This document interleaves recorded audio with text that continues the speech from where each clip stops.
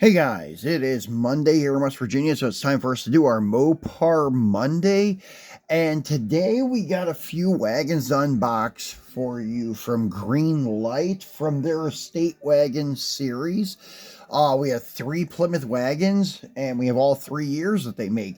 A 68, a 69, and a 70. A couple of these I've already wheel swapped because I got them a while back, and I wanted to get them in my wagon case. As you can see, it's coming together pretty nicely, but still have a lot of empty spots over here. And anyways, with that being said, yeah, I wanted to modify them and get them in the case the way I wanted them and the way they should have come.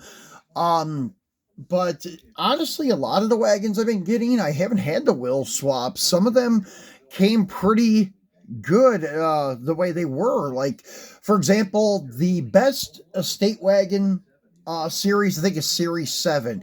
That's when they had the GTX clone wagon, the Roadrunner clone, and the 442 clones. They looked really good, and the wheel choices were very nice and such. So that's my opinion anyways. So the series that we're looking at today, we got 2 from Series 5 and 1 from Series 6. We'll start with the one from Series 6. I know that's going backwards, but it's got the oldest Plymouth wagon. So now all 3 of these that we're unboxing today came with these wheels and tires. I don't know why, but on this one, and even the ones that I will swap, they look better on these than what they did on the Brady wagon. On the Brady wagon, the tire looked way too big, like it was way too wide, like Greenlight is notoriously known for in their earlier years. But this one actually looks pretty good. I'm going to leave the stock hubcaps on this one, just leave it, I don't know, kind of preserved and untouched. That way people know like what they looked like back then with these stock hubcaps. It's not very appealing, but it's also not too bad either. So anyways, this once again is Series 6 from their estate wagons. And in Series 6, they had a 1955 Chevy 210 Townsman, the 1968 Plymouth Satellite Station Wagon, which we have here, a 1972 Oldsmobile Vista Cruiser, a 1976 Pontiac Grand Le Mans Safari, a 1989 Mercury Grand Marquis Colony Park, and a 1989 Ford LTD Crown Victoria wagon. So anyways, let's get this guy out and take a look at him. And these castings do not have opening hoods, but they do have functional tailgates. And mostly all the wagons, I think all of them come with hitches too, which are pretty cool. These were numbered, as this is 1,753 of however many they made. And then there it goes. It works pretty good. A little stiff at first, but it's not too bad. And those tailgates you do have to be careful with. I did have an Oldsmobile a while back where the tailgate busted off of it, but it went back on, and I just ended up gluing it on where it wouldn't function anymore. It just seemed to be easier because they are just little tiny ears that slide in some little holes down here. And yeah, it's not very strong. So if they're stuck or they don't open properly, I wouldn't try forcing them or they will break. So as you can see, they did a really nice detail with the grill, the headlights, the bumper with the marker lights, and correct with the round markers for 68. And then the 68 tail lights and tail panel. Good looking wagon. And this color green is a color that was pretty popular in the mid to late 60s for like family cars and things like that. Nothing too exotic.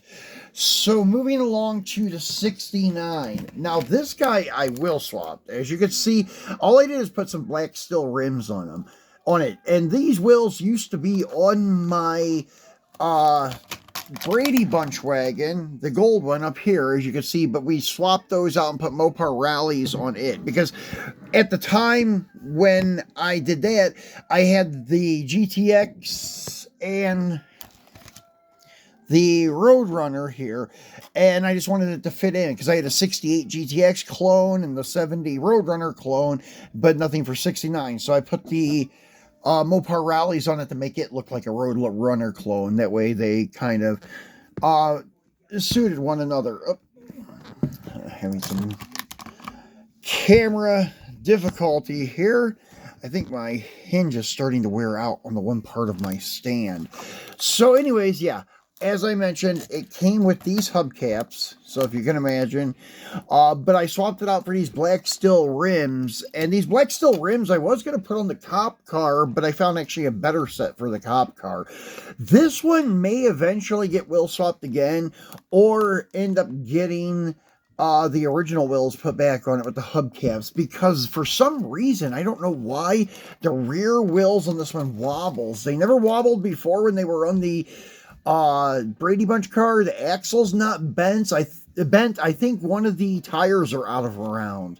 So this is Series 5. So in Series 5, you had a 55 Chevy 210 Handyman, a 69 Plymouth Satellite Station Wagon, a 70 Plymouth Belvedere Emergency Wagon, which we're taking a look at next, the 71 Oldsmobile Vista Cruiser, a 77 Pontiac Grand Le Mans Safari, and an 83 Mercury Grand Marquis Colony Park.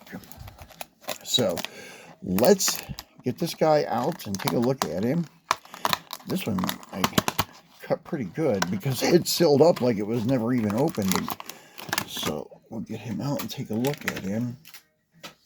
As I said, it looks good with these just black steel rims on it. It looks nice and plain. And once again, functioning tailgate. See, this one's kind of sticking right there. I'm not going to force it because most likely it's going to bust down here. It actually bust the casting on the Oldsmobile I had when I was in the Philippines. It broke the inside. You couldn't tell once the tailgate was on, but yeah, it broke a piece of the casting off on the inside. So yeah, I definitely would not force them. And if you notice, these cars are kind of light compared to other diecast. I just think they're starting to chintz on materials and making them thinner than what they used to. Now, this one doesn't have a tag, but it's got a stamp of a number, 3,356. And as you can see, a 69 grill and such looks very similar to the 68. A little, really not much difference, but a little bit. And then the tail lights are the real giveaway.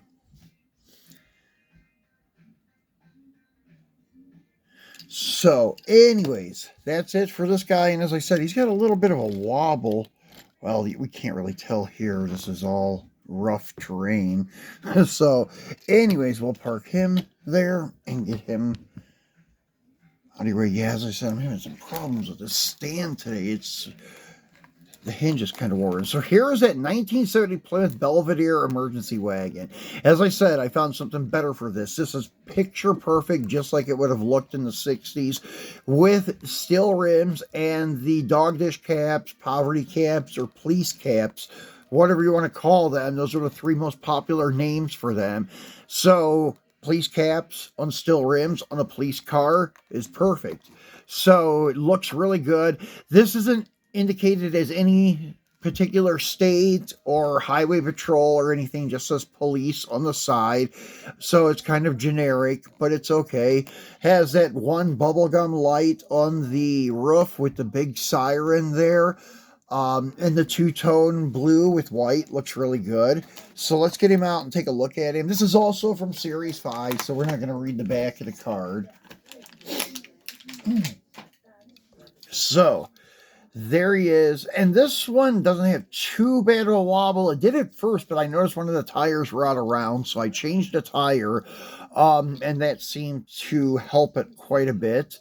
But yeah, this is the 70, as you can tell, with the tail lights.